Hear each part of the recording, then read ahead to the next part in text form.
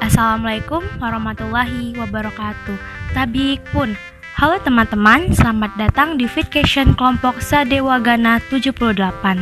Di sini aku bakal ngajak kalian buat mengenal ITERA lebih jauh nih, khususnya mengenai sejarah ITERA.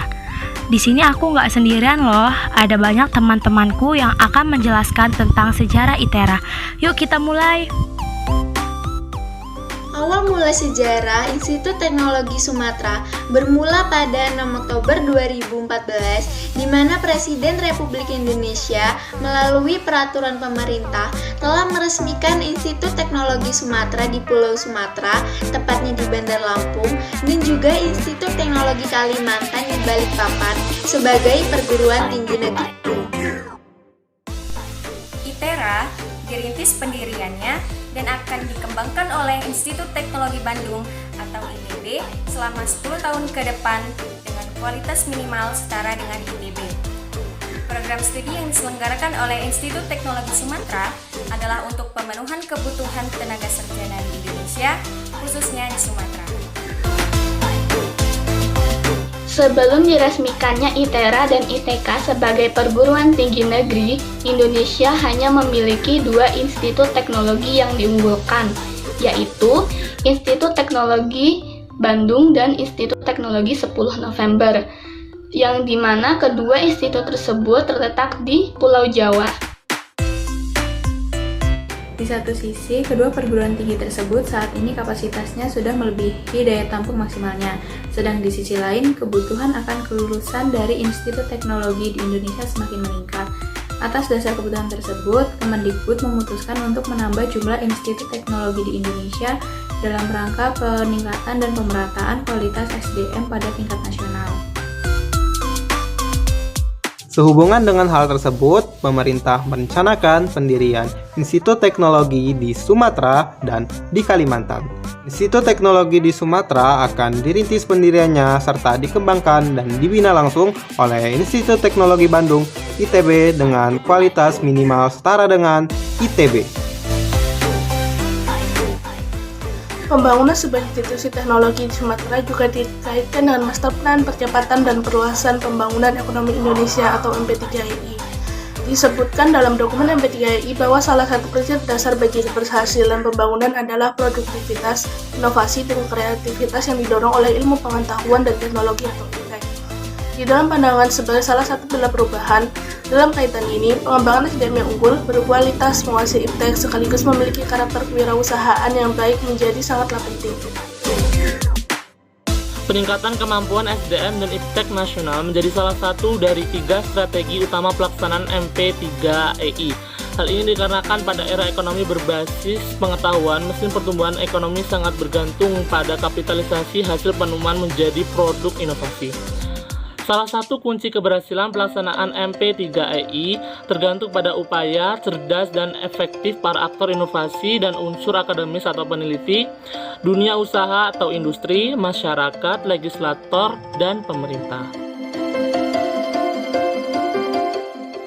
Beberapa pemikiran berikut harus diupayakan dalam perencanaan dan pemanfaatan secara cerdas potensi anak bangsa dalam rangka membangun Indonesia maju dan bermartabat, antara lain. Poin pertama, menciptakan SDM yang memiliki kompetensi, berkepribadian luhur, berharkat, dan bermartabat melalui pendidikan sains teknologi, peranata sosial, dan humaniora yang berkualitas. 2. Optimalisasi sumber daya manusia berpendidikan S2 dan S3 yang telah ada dan menambah 7.000 sampai 10.000 PH.D di bidang sains dan teknologi secara bertahap dan tercapai. 3. Pengadaan laboratorium berstandar internasional baik di bidang ilmu-ilmu dasar maupun terdapat di perguruan tinggi, lembaga LPK dan LPNK serta pusat riset swasta untuk kepentingan dan kemakmuran bangsa. 4. Kerjasama internasional yang mendorong pemahaman dan penerapan IPTEK serta pemanfaatan berbagai best practice yang sudah dikembangkan di berbagai negara. Nah, potensi sumber daya yang ada di wilayah Sumatera misalnya minyak bumi, gas bumi, batu bara, dan panas bumi dan nanti sebagai modal dasar dalam mewujudkan Sumatera sebagai lumbung energi. Dalam konteks strategi utama pelaksanaan MP3I, peran sumber daya manusia yang berpendidikan menjadi kunci utama dalam mendukung pertumbuhan ekonomi yang berkesinambungan. Oleh karena itu, tujuan utama di dalam sistem pendidikan dan pelatihan untuk mendukung hal tersebut haruslah bisa menciptakan sumber daya manusia yang mampu beradaptasi dengan cepat terhadap perkembangan sains dan teknologi. Upaya percepatan pembangunan nasional khususnya dalam bidang sains, teknologi, dan seni memerlukan kesiapan penyediaan sumber daya manusia yang unggul. Untuk itu, Kementerian Pendidikan dan Kebudayaan memiliki program pendirian Institut Teknologi Negeri di Sumatera.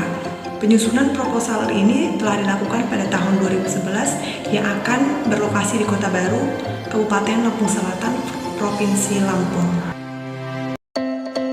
Penyelenggaraan perguruan tinggi tersebut akan ditetapkan melalui keputusan Presiden. Berkenan dengan rencana tersebut, berdasarkan penugasan dari Kementerian Pendidikan dan Kebudayaan, maka pada tahap awal, sambil menunggu selesainya pembangunan infrastruktur kampus, pengembangan dan penyelenggaraan akan dilaksanakan oleh Institut Teknologi Bandung atau ITB yang bekerjasama dengan seluruh pemerintah yang ada di Provinsi Sumatera. Mahasiswa yang masuk pada tahun 2014-2015 menjalankan perkuliahan di kampus ITERA Lampung. Para mahasiswa secara bertahap akan dipindahkan dan mengikuti pembelajaran di kampus ITERA di Suharame, Kabupaten Lampung Selatan. Bangunan ITERA pertama diresmikan pada tanggal 21 Mei 2014 oleh Bapak Saifuddin selaku Gubernur Lampung dan Rektor ITB Profesor Ahmad. Oke, untuk tahun ajaran 2014 pada tanggal 21 Mei 2014 itu adalah tahap pertama peresmian kampus ITERA.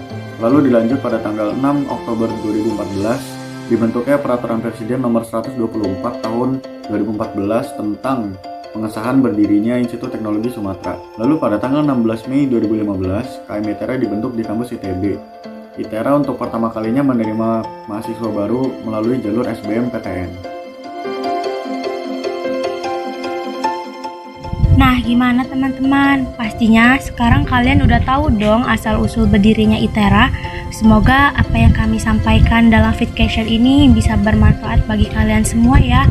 Jika ada salah perkataan di dalam Fitcation ini, aku mewakili teman-temanku memohon maaf dan terima kasih buat yang udah nonton Fitcation ini sampai habis. Wassalamualaikum warahmatullahi wabarakatuh.